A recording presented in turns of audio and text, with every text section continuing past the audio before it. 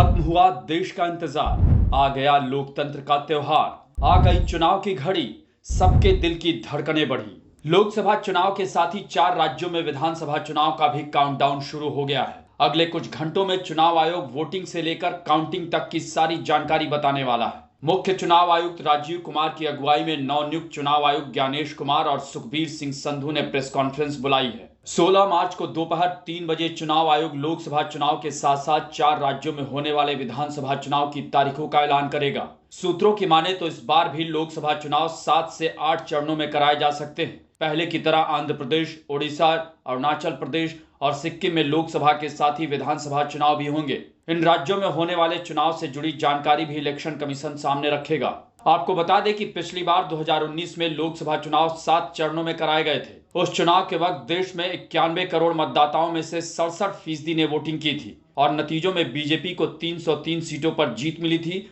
और पूरे एनडीए ने कुल 353 सीटों पर जीत का परचम लहराया था। 45% वोट प्रतिशत पाने वाले एनडीए के सामने कांग्रेस महज 52 सीटों पर सिमटी थी। लेकिन इस बार सियासी समीकरण बदले हैं। एक तरफ जहां पीएम मोदी की अगुवाई में एनडीए ने 400 सीटों पर विजय पताका फहराने का लक्ष्य रखा है, वहीं विपक्षी खेमे की कोशिश पीएम मोदी के विजय रथ को रोकने की है। अगर बात करें 4 राज्यों में विधानसभा चुनाव की, तो अरुणाचल प्रदेश में बीजेपी ने सभी 60 सीटों पर प्रत्याशी घोषित कर दिए हैं। आंध्र प्रदेश में बीजेपी ने चंद्रबाबू नायडू और पवन कल्याण के साथ मैदान में उतरने का दांव चला है, क्योंकि आंध्र प्रदेश में वाईएसआर कांग्रेस की सरकार है और जगन मोहन रेड्डी मुख्यमंत्री हैं। इसके अलावा ओडिशा में कई दशकों से नवीन पटनायक का राज है। बीजेपी और नवीन पटनायक की पार्टी बीजू जनता दल के बीच गठबंधन पर फाइनल मुहर अभी नहीं लग पाई है। इस बीच सियासी गलियारे में जम्मू कश्मीर को लेकर भी चर्चाएं चल रही थी, लेकिन सूत्रों से जानकारी मिली है कि लोकसभा के साथ केंद्र शासित प्रदेश जम्मू कश्मीर में विधानसभा चुनाव नहीं होंगे।